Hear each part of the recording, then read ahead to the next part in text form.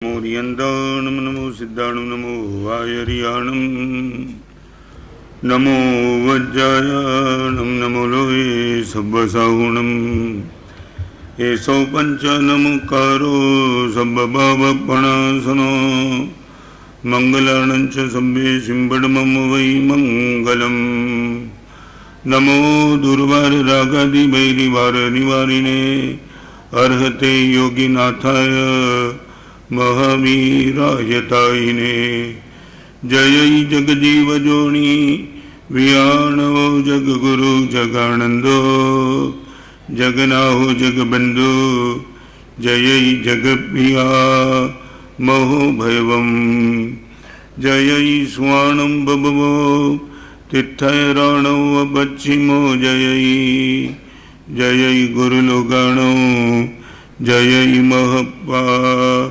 महावीरो ओंकारं बिंदु संयुक्तं नित्यं ध्यायन्ति योगिनः कामदं मोक्षदं चैव ओंकाराय नमो नमः जय धरणेन्द्र नमः सिंह पौमा वै पम्वनि सेवी अपाय ओम क्लीं ब्रह्मा सिद्धिं करे उसिरिपास जगनाओ अज्ञान तिमिरांधानां ज्ञानांजन शलाकया नेत्रमुन्मीलितं येन तस्मै श्री गुरवे नमः।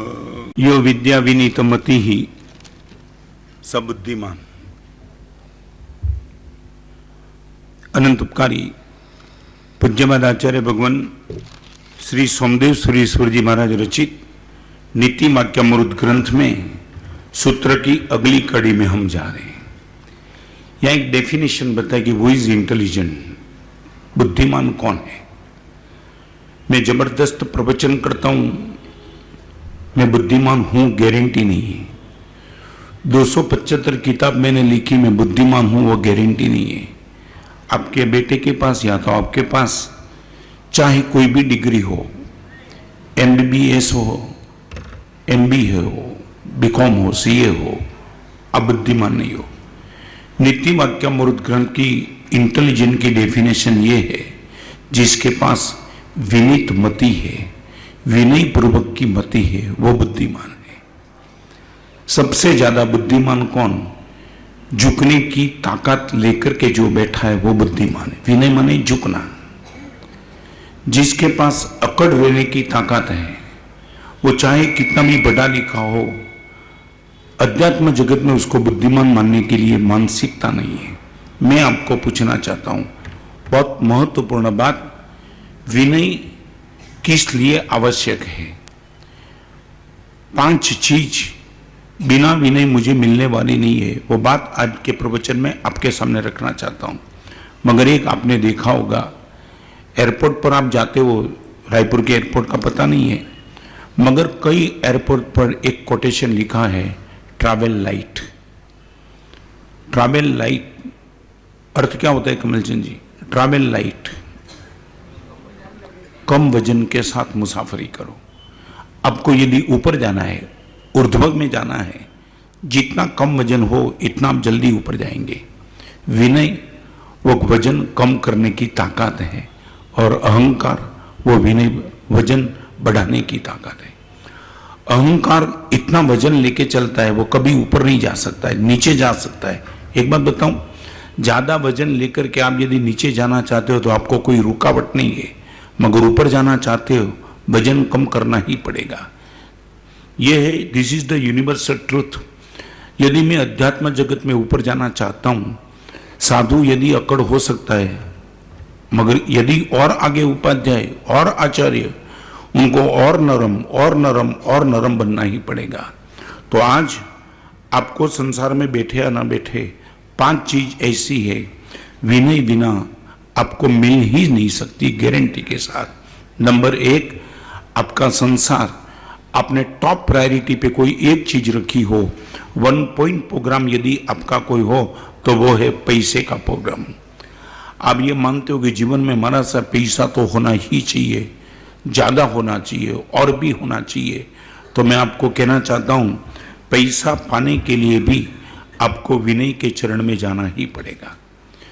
अहंकारी के पास बायर अहंकारी होता है, व्यापारी अहंकारी होता है।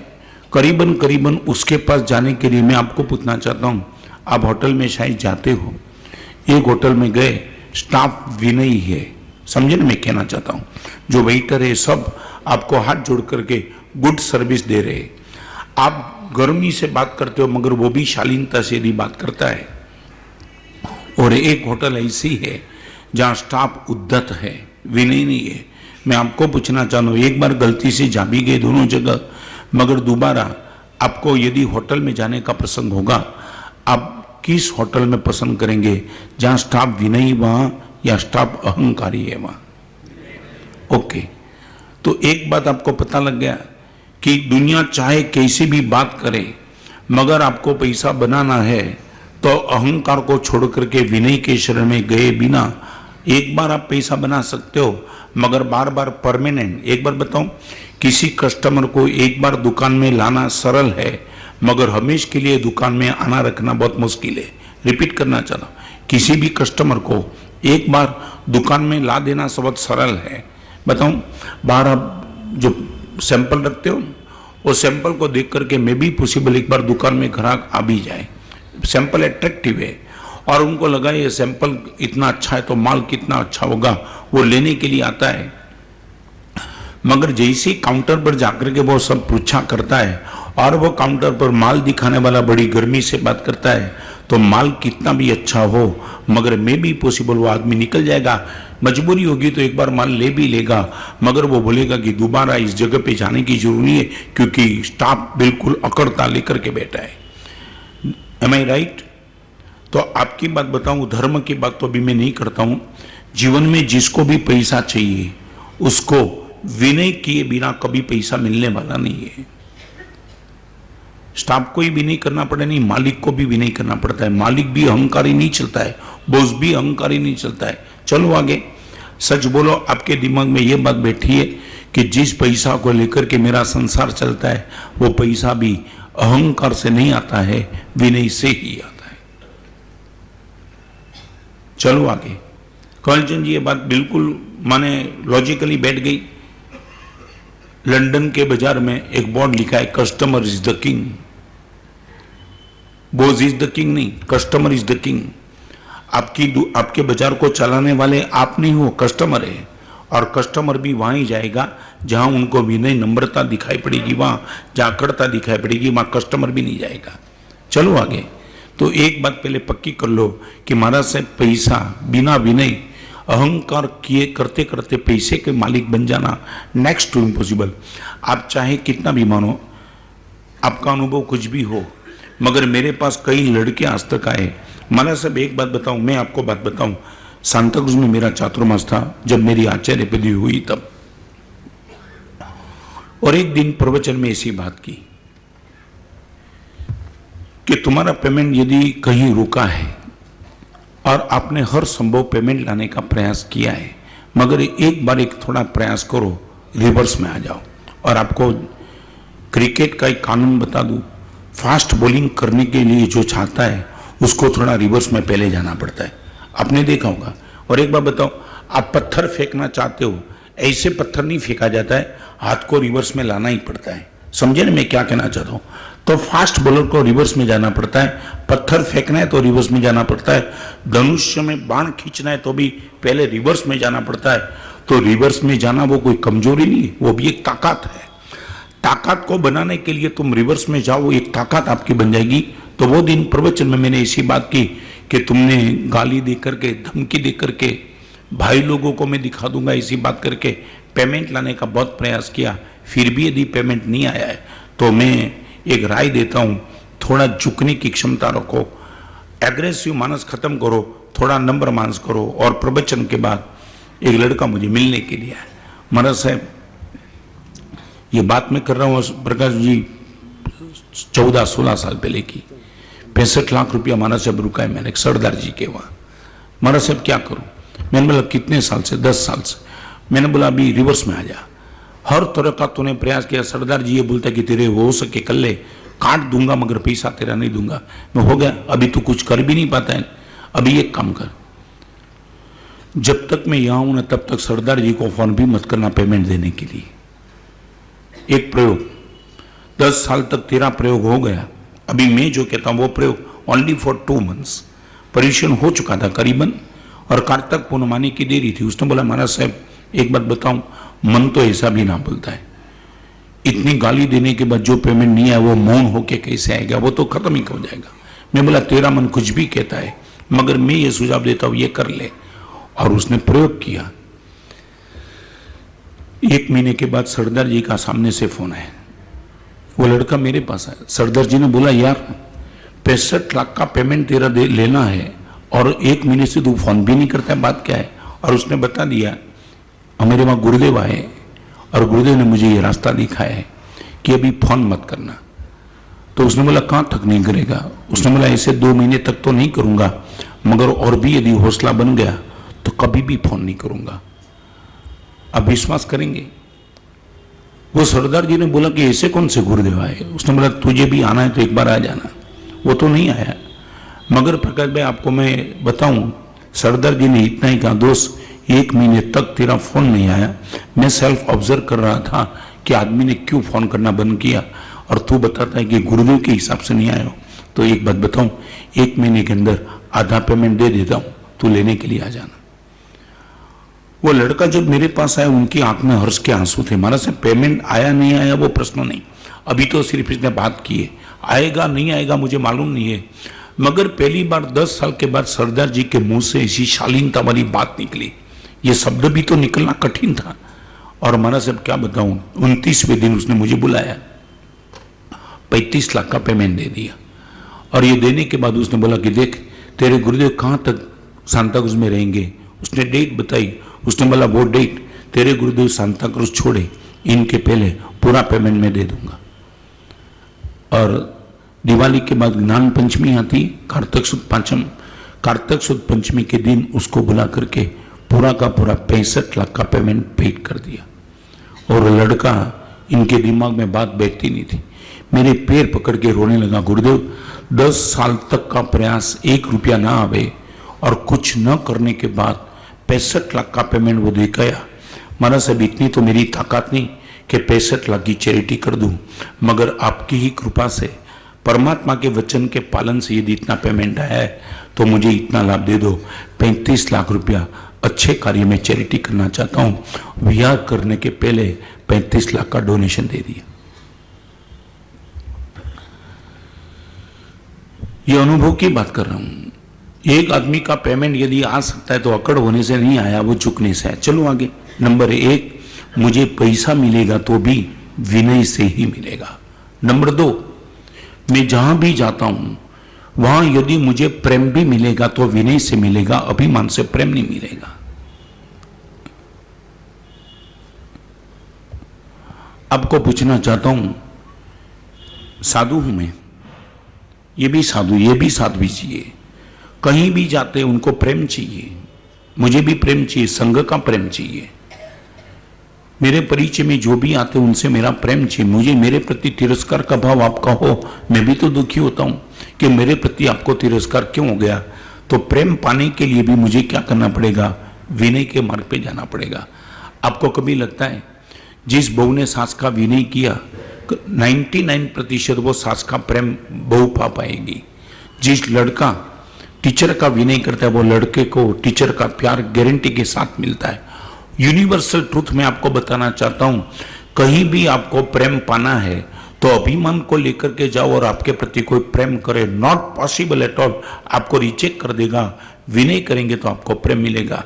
एम आई राइट?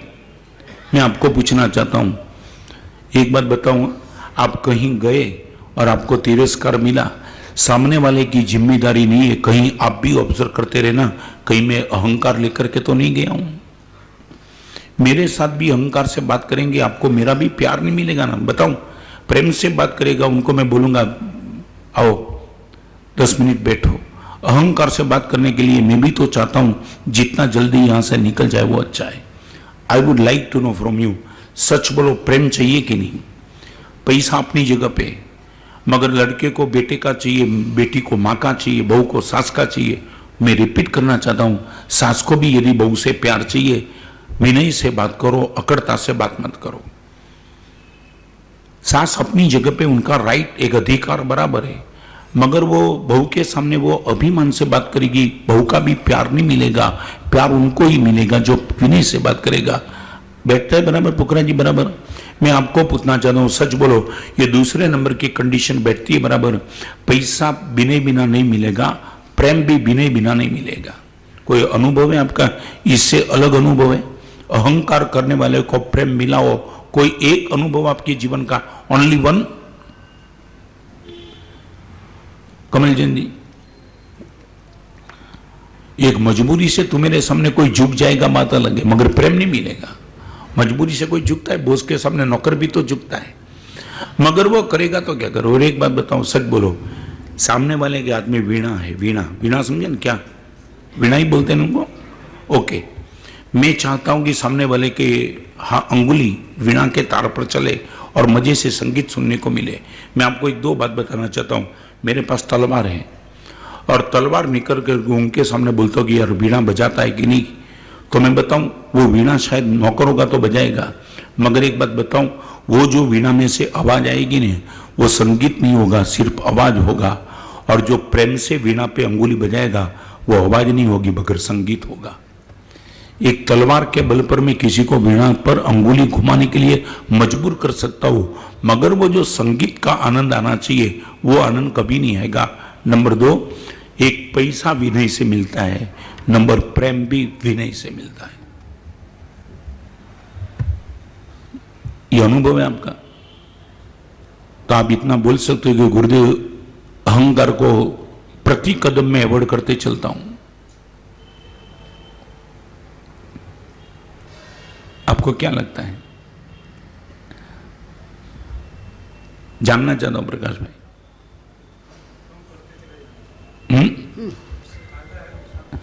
फायदा या नुकसान है क्या है मुझे समझाते हो, मैं तो आपको समझाता हूं। तुम करते क्या हो?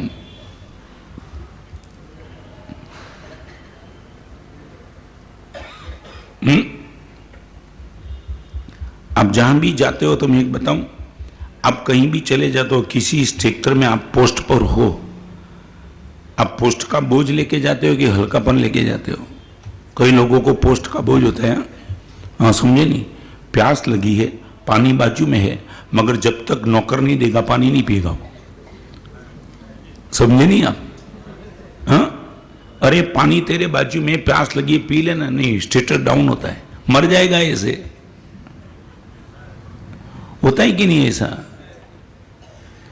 इतनी तुम्हारी पोस्ट इतनी तुम्हें डिस्टर्ब कर देती है, जरूर क्या है? इतना बोर्ड लेकर के क्यों घूम रहे हो? मैं बताऊं, मेरा एक साधु है बोरीबोली में, आज नाम इनका पद्म बुद्धि जी। वो टाइम भी मेरे प्रवचन में 3-3, 4-4 हजार लोग आते थे और मैं किताब लिख रहा था। उस टाइम फोटोकॉपी का माहौल नहीं था, 25-30 साल पहले, और मैं लिखता था फुल पेज, मैंने फुल स्केप पेज मैंने 14 लिख दिए थे, 14, और ऐसे ही बैठा था 14 फुल स्केप लेकर के। और हुआ क्या मालूम है? वो छोटा सा साधु, 8 साल की उम्र में दीक्षा हुई थी, 9 साल का साधु। उम्र तो उम्र का काम करेगी। मैं अपने आप को मानता हूं मैं प्रवचन करता हूं, उनको तो लगता था ये ठीक है। और वो ऊपर गया प्रकाश भाई, ऊपर, और ऊपर जाकर के मेरे सर पे पानी डाला। साधु हो मगर उम्र तो उम्र का काम करेगी, पानी डाला। अभी फोटोकॉपी का जमाना नहीं था, फेयर कॉपी मैंने की थी बस सीधी, और वो सीधी प्रेस में जाने वाली थी। 14 फुल स्केप पर पानी सीधा, और बिल्कुल फुल स्केप ब्लैंक हो गए, कुछ दिखाई नहीं पड़ता था। और मैंने ऊपर देखा, वो मुस्कुरा रहा था, उनको तो मजा आई। पदवी नहीं थी मेरी, मैं मुनि था। और अभी क्या हो सकता है? क्या हो सकता है जय कुमार जी? 14 फुल स्केप बिना कारण एक छोटा सा साधु अपनी मजाक में खत्म कर दे, वो सोच, वो रिपीट करना बहुत बहुत बड़ी दिक्कत की बात थी ना। ये बार बार सोच दिमाग में नहीं चलती है, मगर जैसे ही उनके चेहरे पे मुस्कान दिखी तो 1 मिनट के लिए मैंने सोच लिया, मैं चाहे कितना इंपॉर्टेंट काम में बैठा हूं, मगर उनको मेरा काम नहीं दिख रहा है, मैं दिख रहा हूं। रिपीट करना चाहता हूं, उनकी दृष्टि मेरे काम पे नहीं, उनकी दृष्टि मेरे पे। महाराज साहब ये रत्न सुना है तो इनकी मजाक नहीं करूंगा तो क्या करूंगा, मैंने ऊपर से नीचे बुलाया। वो बिल्कुल डरे बिना नीचे आया, बिल्कुल डरे बिना नीचे आया, और नीचे आया तब मैंने उनके सर पे हाथ रख के इतना बोला, भाई अभी तू जब पानी डाले ना पहले बता देना, सब ठीक कर लो फिर डालना। यार आपको मालूम नहीं, आज वो बोरीवली के प्रवचन में पर्यूषण में इस एग्जाम्पल को लेकर के उनकी आंख में आंसू थे कि इस आचार्य भृंग की मैंने मजाक की थी तब मुझे इतना प्यार मिला था। आप गारंटी दे सकते हो कि आपका बेटा इतना कुछ नुकसान करे, आपकी ओर से उनको प्यार ही मिले? एक साधु को मैं प्यार दे सकता हूं 14 फुलस्केप डिस्टर्ब करने के बाद, क्योंकि एक बात थी कि ये विनय था। आपको बताऊं, छोटे को ही बड़े का विनय करना नहीं लिखा है, बड़े को भी छोटे का विनय करना लिखा है। बेटा ही बाप का विनय नहीं करेगा, बाप भी बेटे का विनय करेगा, रिस्पेक्ट देगा। आखिर तो बेटा है मेरा, रिस्पेक्ट, आई रिस्पेक्ट यू। सास भी बहू को रिस्पेक्ट देगी। आपको मालूम नहीं है, हमारे वहां पगम से जाए, तुम्हारे वंदितु आता है ना, वंदितु, ऐसे हमारा पगम से जाए। आप 50 गाथा बोलते तो हमारे में एक अलग सूत्र है, उसमें एक सूत्र यह है, श्रावकों की आशातना की हो, श्राविका की मैंने आशातना की हो तो मैं माफी मांगता हूं। किसकी? एक साधु होकर के आपकी आशातना करने का मुझे कोई राइट नहीं है। ये क्या था? सावयाणमासानाय, साबियाणमासानाय, देवाणमासानाय, देवीणमासानाय, ये आशातना करने वाले आचार्य को भी प्रायश्चित। इनका अर्थ क्या है? श्रावक तो आचार्य का विनय करेगा, मगर आचार्य भी श्रावक का विनय करेगा, मजाक नहीं करेगा। यदि आचार्य को श्रावक का विनय करना है तो सास बहू का विनय नहीं करेगी, बाप बेटे का विनय नहीं करेगा। मैं आपको पूछना चाहता हूं, सच बोलो, आपके बेटे का बेटी का आपने कभी विनय किया?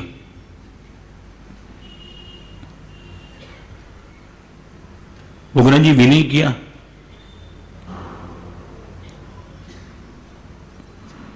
कमलचंद जी क्या लगता है? हाँ,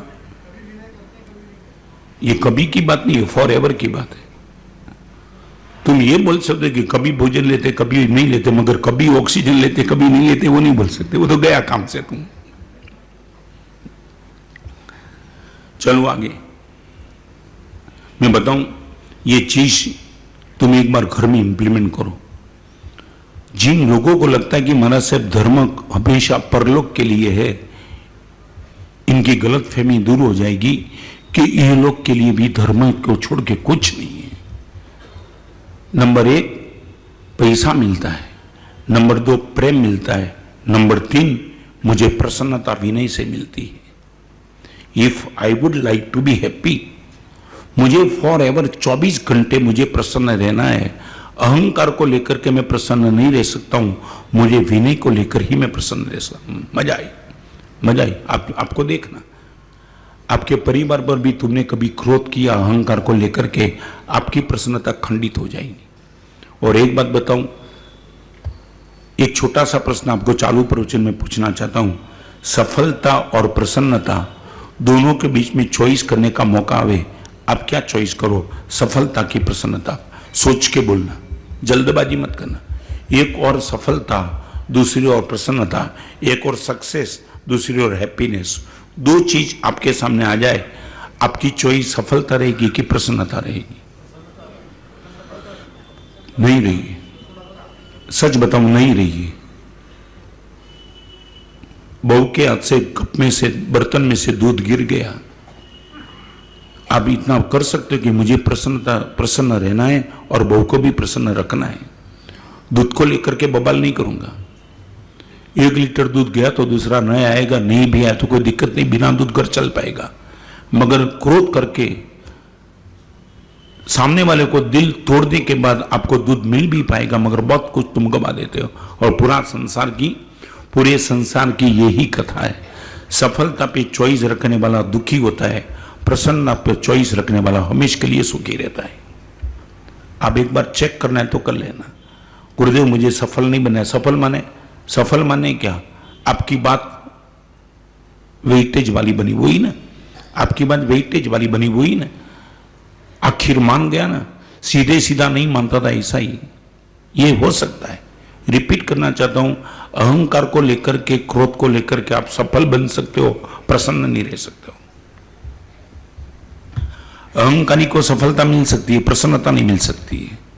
तो यहां मैं तीसरे नंबर की बात करना चाहता हूं, if you would like to be happy, पैसा मिलेगा, प्रेम मिलेगा, और नंबर 3, कमल जी ने कभी पानी भरी हुई बाल्टी उठाई है? हाँ? नहीं, कोई डरना क्या, मैंने उठाई है। हाँ? क्या हुआ?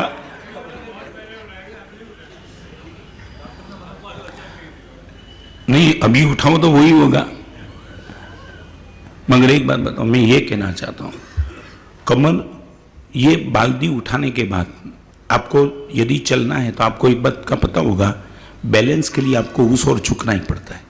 अकड़ होकर के, दोनों हाथ में बाल्टी हो तुम अकड़ रख के चल सकते हो, मगर एक हाथ में बाल्टी है, आपको वो वॉकिंग करना है सेफ, आपको दूसरी ओर झुकना ही पड़ेगा। समझे? तो मैं क्या कहना चाहता हूं, आप यदि विकास के मार्ग पे चलना चाहते हो तो झुके बिना, और दूसरी बात, जितना वजन होगा उतना झुकना ही पड़ेगा। तो मेरे और आपके आत्मा पर अनंत कर्म का वजन है, झुकते रहो नहीं तो मार खाओगे। कितने कर्म, अनंत, कितने समय के, अनंत काल के, अनंत काल के अनंत कर्म का बोझ लेकर के बैठा हूं, और फिर भी अकड़ बन के बात करना चाहता हूं। मैं कौन हूं मुझे जानते हो, मैं इस संस्था का ट्रस्टी हूं, होगा, कोई विरोध नहीं है।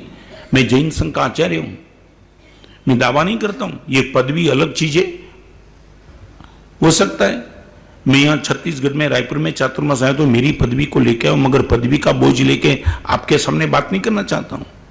आप ट्रस्टी हो, okay, you are president, okay, मगर वो बोझ लेकर के इतना मत आ गया हो कि आपकी प्रसन्नता आप खंडित कर दो।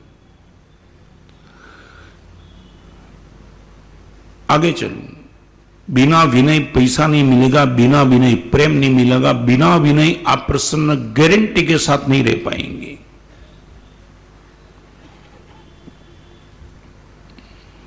ये मैं जो बोलता हूं वो सच लगता है कि मानते हो आप? हाँ? इंप्लीमेंट,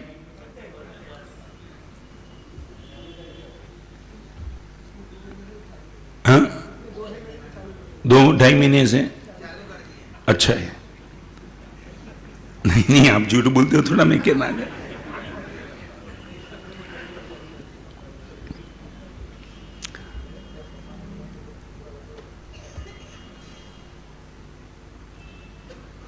सच बोलो, एक छोटा सा प्रश्न पूछो, यहां किसी की ओर से संग भोजन है? संग भोजन समझे क्या? ब्रह्म, रुपया 5 रुपया जो भी, सच बोलो, सब निकलते रहे और प्रभावना देने वाले उनको प्रभावना दे रहे और आपको देने से वो चूक गया। आप सामने से मांग लेंगे? हाँ, नहीं मांगे, क्यों नहीं जाना? कमल जी नहीं, क्यों, क्या है? माने वो भूल गया कि जानबूझ के नहीं दिया तो नहीं मांगेंगे? हाँ हाँ, तो और जानबूझ के नहीं दिया तो और नहीं मांगे? नहीं नहीं, अच्छी है। तो प्रभावना सामने वाला दे रहा था सबको, आपको भूल गया या तो जानबूझ के नहीं दिया, आप नहीं मांगेंगे। अभी इतना ही बताओ, सच बोलो, पेमेंट देने वाला भूल गया कि जानबूझ के नहीं दे?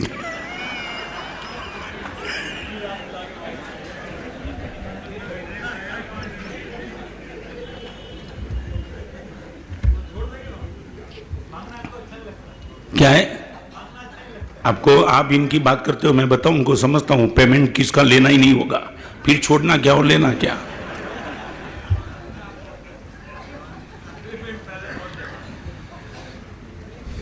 नहीं, और आपके पास संघ के सदस्य का एक ख्याल हो।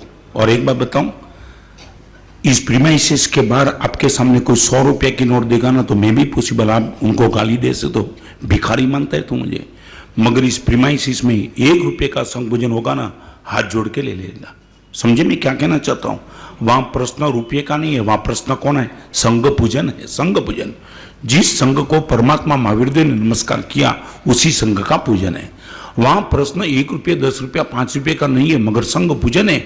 और आपने देखा होगा संघ पूजन की व्यवस्था, देने वाला भी हाथ जोड़ के देता है और लेने वाला भी हाथ जोड़ के लेता है।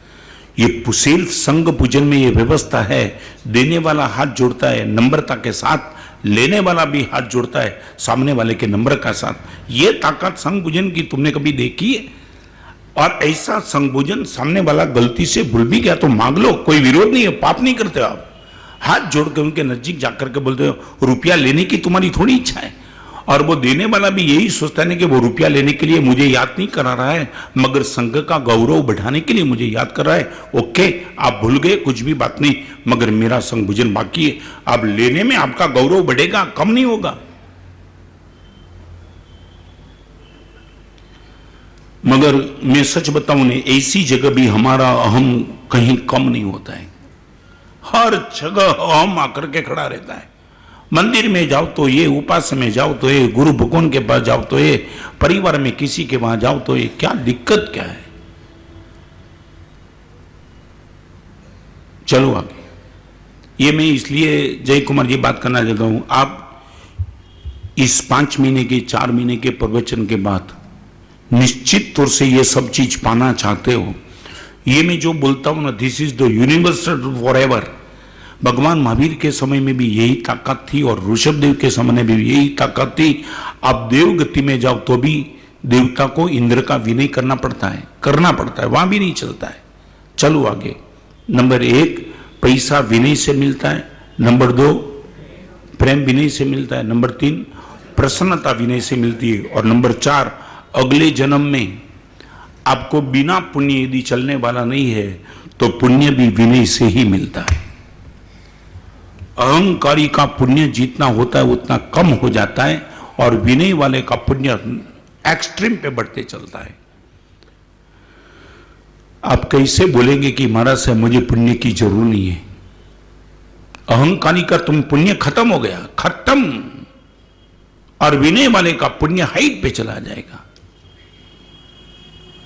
मुझे पैसा चाहिए, मुझे प्रेम चाहिए, मुझे प्रसन्नता चाहिए, तो गुरुदेव इस जीवन में मुझे पुण्य भी तो चाहिए। आंख बंद करने के बाद महाराज साहब कौन सी गति में चला जाऊंगा? यदि एक सही गति मुझे मिलती है तो मैं सही गति में, अच्छी गति में जाना चाहता हूं। महाराज साहब मुझे विनय तो करना ही करना है।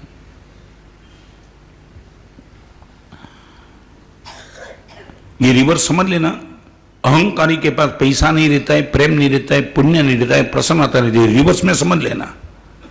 विनय है तो आपके पास ये 4 नंबर की चीज भी है। यदि अहंकार है आप पुण्य भी कमा देते हो, खत्म। अगले जन्म में भिखारी बन के हर एक के चरण में झुकने का मौका आ जाएगा। मैं पूछना चाहता हूं, ये विनय हमारी जीवन शैली है क्या? गुरुदेव हर जगह झुक सकता हूं, मेरे पास झुकने की गुरुदेव एक ताकत है। सामने वाला ने बात शुरू कर दी, गुरुदेव उसी टाइम में बात एंड कर सकता हूं, मेरी गलती होगी, चलो आगे। सामने वाला बात कहां तक खींचेगा? आप गलती कबूल नहीं करेंगे तब तक। आप इतना बोल दो मेरी गलती हो गई, ओके, बात खत्म करो। विनय वाला बात जल्दी खत्म करेगा और अहंकारी बात बढ़ाते ही चलेगा।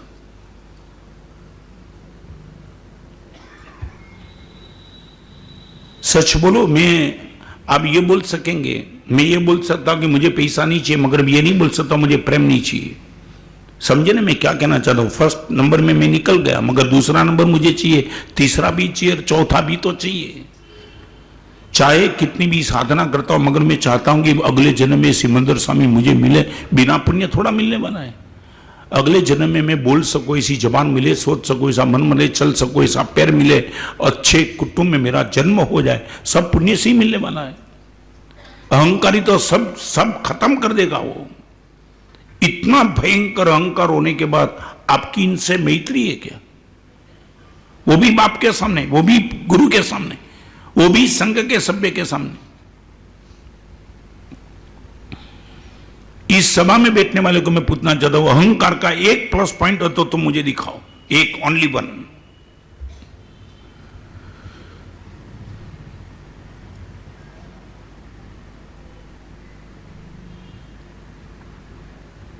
सच बताओ, तुम्हारा पूरा संसार अहंकार से चलता है। तुम्हें तो लोग भी यही बोलते हैं, यार स्टेटस सिंबल रखना, लोग मार देंगे। आपको बताऊं, तो मेरे संसार की बात क्या चल रही है, झुकेगा ना तो लोग हैरान कर देंगे, थोड़ा सर खड़ा रख के बात करना, ये नहीं चलती है क्या? हाँ, यही मानसिकता है ना तुम्हारी।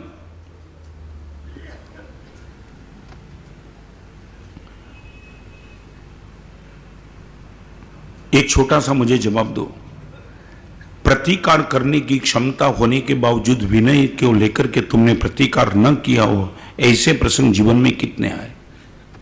रिपीट करना चाहना, सामने वाले ने तुम्हें दुखी करने का प्रयास किया, उनकी प्रतिकार करने की क्षमता होने के बाद भी विनय के हिसाब से तुमने प्रतिकार न किया हो, ऐसे प्रसंग जीवन में कितने आए?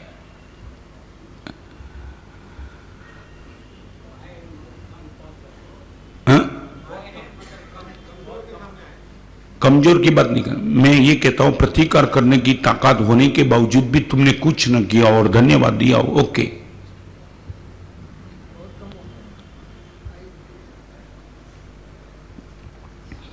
एक छोटा सा और जवाब दो, प्रतिकार करने की क्षमता होने के बाद भी लेट गो करने से आपको आनंद आया हो, ऐसा प्रसंग कितना लेट गो करने के बाद आनंद आया हो?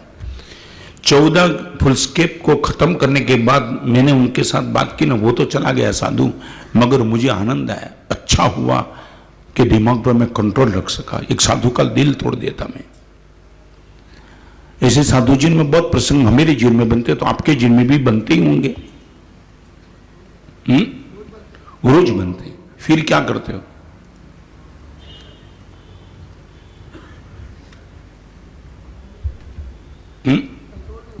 कंट्रोल नहीं होता है कि नहीं करते हो? नहीं, क्या होता है? नहीं होता है कि नहीं करते हो?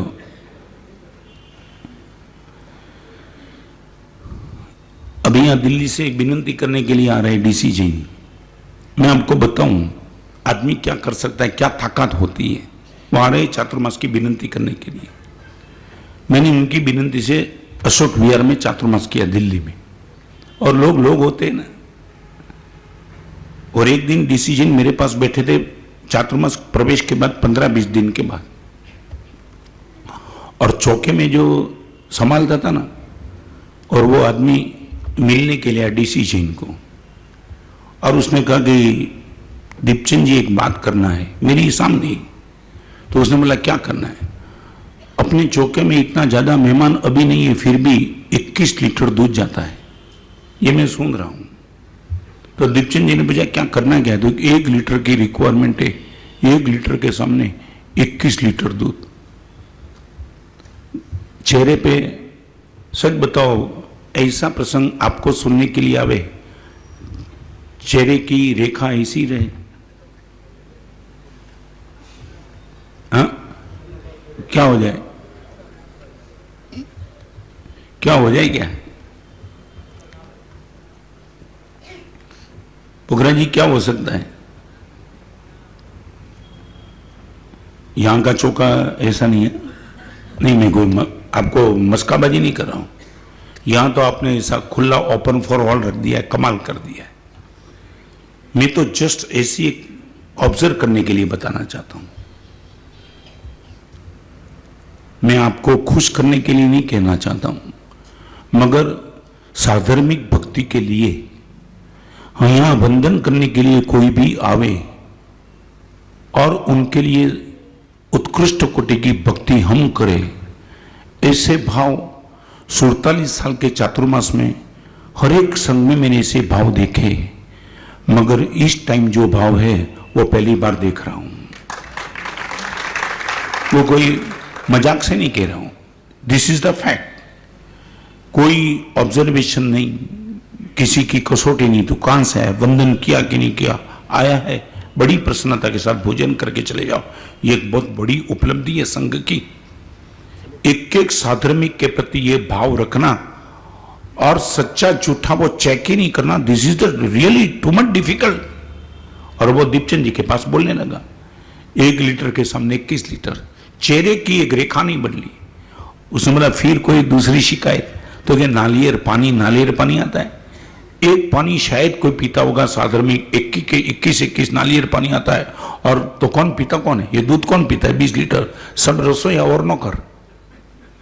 अच्छा, और दीपचंद जी ने उनको बिठाया। अभी एक बात बताओ, 1 लीटर दूध का भाव क्या है? मैं 2009 की बात कर रहा हूं। तो बोलने वाले ने बता दिया, दीपचंद जी 30 रुपये लीटर दूध का भाव है। माने एक दिन का कितना हुआ प्रकाश जी? फोगट में जाने वाला 600। एक महीने का कितना? कमल जी कितना? 18,000। 4 महीने का कितना? 72,000। ओके, 72,000 4 महीने का। अभी नालियर की बात बोल, उसमें 10 रुपये का था। एक दिन का कितना हुआ? 200। एक महीने का 6,000। 4 महीने का 24। और उसने बताया 72,000 प्लस 24, दैट मीन्स 96। तो ये कैलकुलेशन मेरे सामने दीपचंद जी उनको दे रहे दोस्त, 96,000 रुपीज का वो फोगट में जा रहे हैं ना। एक बात समझ ले, मैंने जब से आचार्य बेंगलोर चातुर्मास की विनंती की तब से 3 लाख रुपया ऐसे फोगट के लिए रखा है। अभी तो 1 ही लाख जा रहा है, फिर भी 2 लाख जाए तब तक शिकायत करने के लिए माता। ये एक बड़ी ताकत है। सामने से आकर के वो आदमी बोलता है कि 20-20 लीटर दूध रसोईया और नौकर पीते, फिर भी उसने बोला यहां शिकायत करने के लिए आता नहीं। इतना बड़ा चातुर्मास चल रहा है, उसमें 2-3 लाख रुपया तो मैंने ऐसे फोगट के लिए रखे। 3 लाख तक तो यह बात करने के लिए भी मत आना, फिर कभी पूछना मुझे। ये 56 की छाती चाहिए। और एक बात बताऊं, 50 साधर्मी का और 50 लीटर दूध पियो वो जमता है, मगर ये नहीं जमता है। और लास्ट बात, पैसा विनय से मिलता है, पुण्य प्रेम विनय से मिलता है, प्रसन्नता विनय से मिलती है, पुण्य भी विनय से ही बढ़ता है। और नंबर 4, आप खुद परमात्मा विनय। 5 नंबर, आप खुद परमात्मा बन सकते हो विनय के माध्यम से।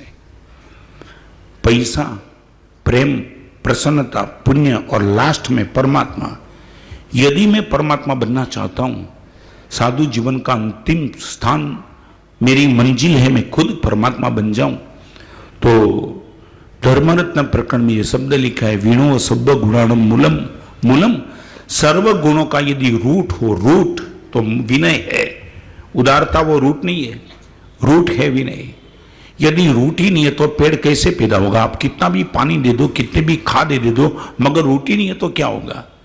सर्व गुणों का यदि कोई रूट एक है तो वो विनय है। वो विनय आपको लास्ट में परमात्मा बनाने की गारंटी दे सकता है। गौतम स्वामी अहंकार से आए थे, मगर गौतम खुद महावीर बन चुके। इनका कारण क्या था? सच बोलो, गौतम स्वामी के कौन से गुण की प्रशंसा हम करते हैं? विनय गुण की। क्या कमाल का विनय, क्या कमाल का विनय। तो मैं आपको पूछना चाहता हूं, पैसा, प्रेम, प्रसन्नता, पुण्य और परमात्मा, 5 चीज देने की ताकत रखने वाला विनय, इनको हम अवॉइड कर ही कैसे सकते हैं?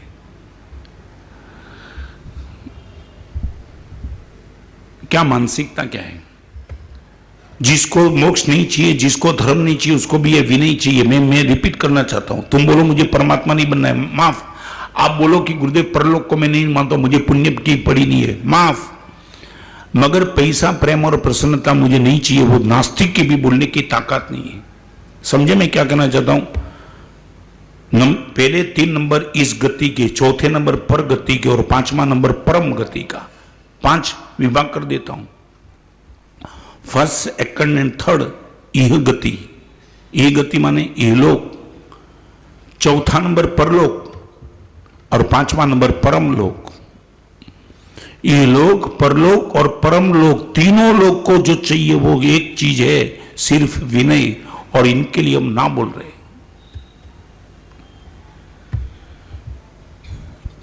छोटी छोटी चीज को लेकर के हम अहंकार को पुष्ट करें। एक छोटा सा बेटा भी मां के सामने, बाप के सामने मजे से बोल देता है। सच बताऊं, आज घर का जो माहौल बिगड़ा है ना, पैसा की कमी से नहीं बिगड़ा है, सिर्फ विनय की कमी से बिगड़ा है।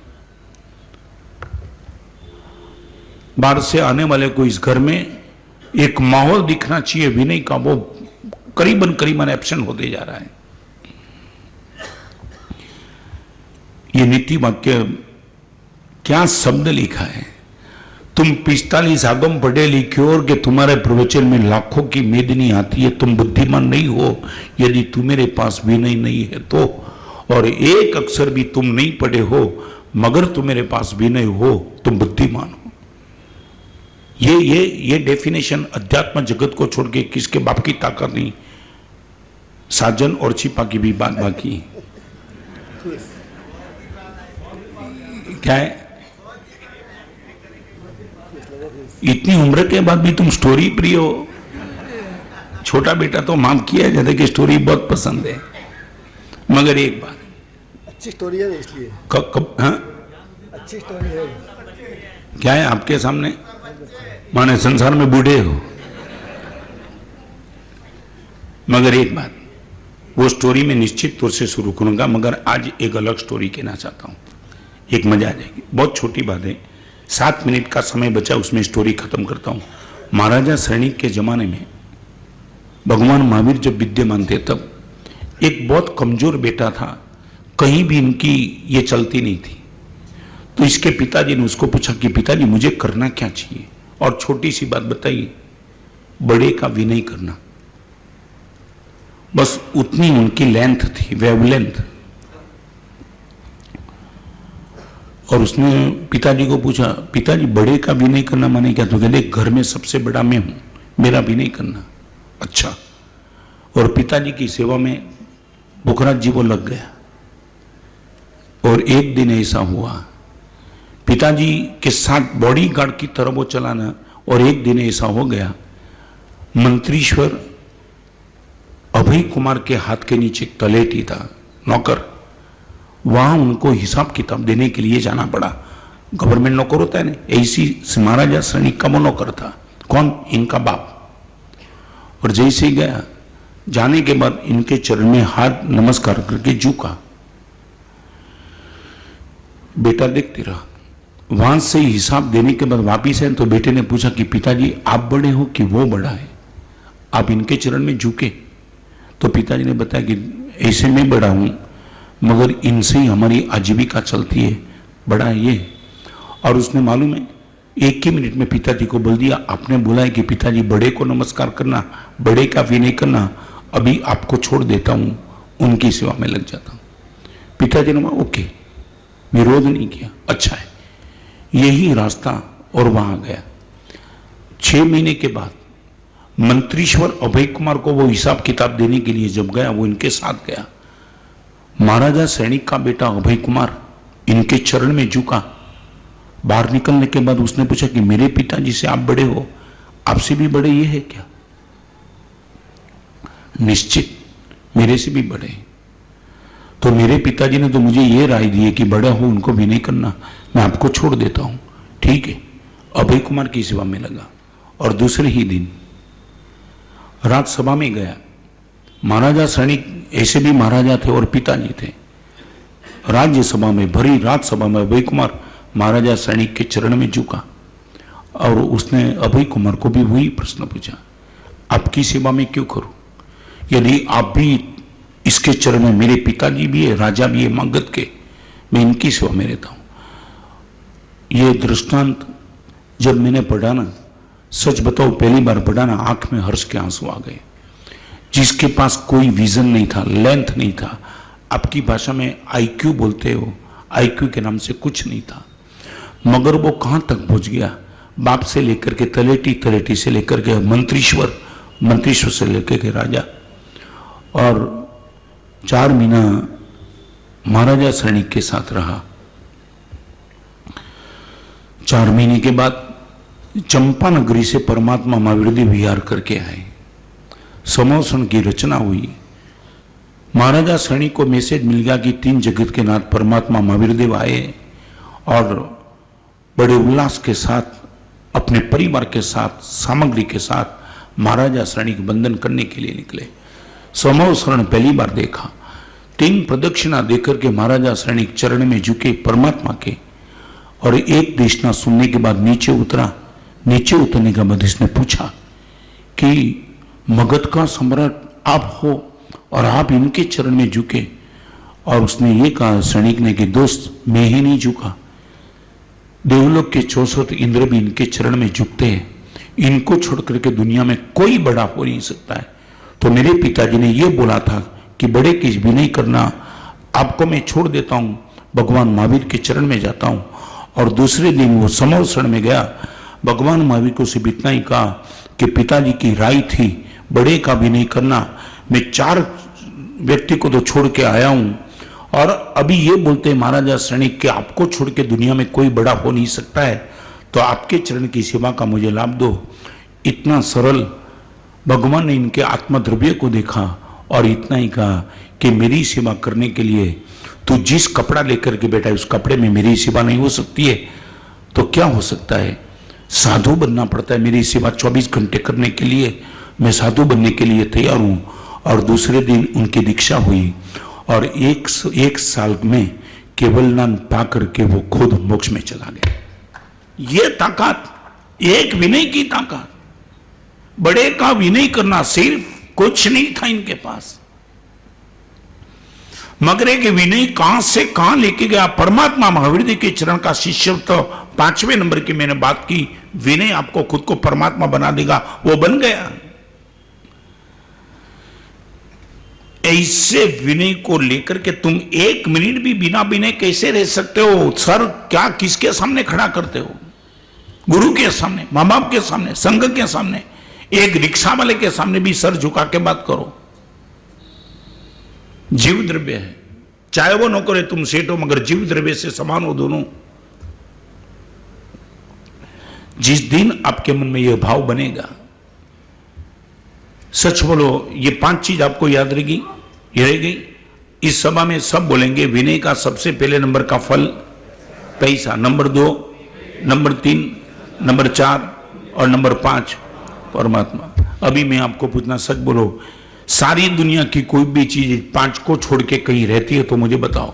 आपको आंख मिली वो पुण्य में जाएगा, आपका नाम ये संसार में तो पुण्य में जाएगा, आपकी प्रसन्नता है तो भी विनय में जाएगी, आपको जगत से प्रेम मिलता है तो भी विनय में जाएगा, आपको पैसा मिलता है तो भी विनय में जाएगा, और आप खुद यदि परमात्मा बन सकते हो तो इनकी भी क्रेडिट किसको जाएगी?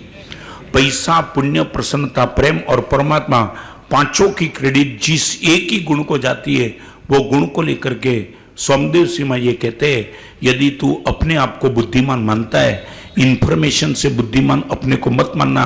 सारी दुनिया का मुझे पता है, कंप्यूटर में मैं बैठा हूं, किसके बाप की ताकत है मुझे कोई चैलेंज कर सके, वो तेरे पास रख सब। यहां तो हम ये कहते हैं, यदि तेरे पास विनीत मति है, विनय करने वाली तेरी बुद्धि है, झुकने की तेरी तैयारी है, तो तू 1 नंबर का बुद्धिमान है। यदि ये नहीं है तो तू बुद्धिहीन है, बेवकूफ है, मूर्ख है। तेरी इंफॉर्मेशन की इस जगत में 1% भी कीमत नहीं है। सच बताऊं ना, इस ग्रंथ को सर पे लेकर के नाचने का मन हो जाए ऐसा ग्रंथ है। 1000 साल पहले लिखा हुआ इस ग्रंथ आज भी कितना समसामयिक लगता है। हम ये मानते कि 1000 साल पहले इस आचार्य प्रभु को क्या पता होगा, but this is the universal truth. और एक बात बताऊं, ये ग्रंथ 1000 साल के पहले जितना उपयोगी था उससे कई गुना ज्यादा उपयोगी आज है, और कल इनकी उपयोगिता और बढ़ने वाली है, क्योंकि जमाना डाउनफॉल में आ रहा है। और उसी टाइम में ये सूत्र जिसके दिमाग में बैठ जाएगा वो तो इंप्लीमेंट करेगा तो अपने आप को धन्य बना देगा। शिविर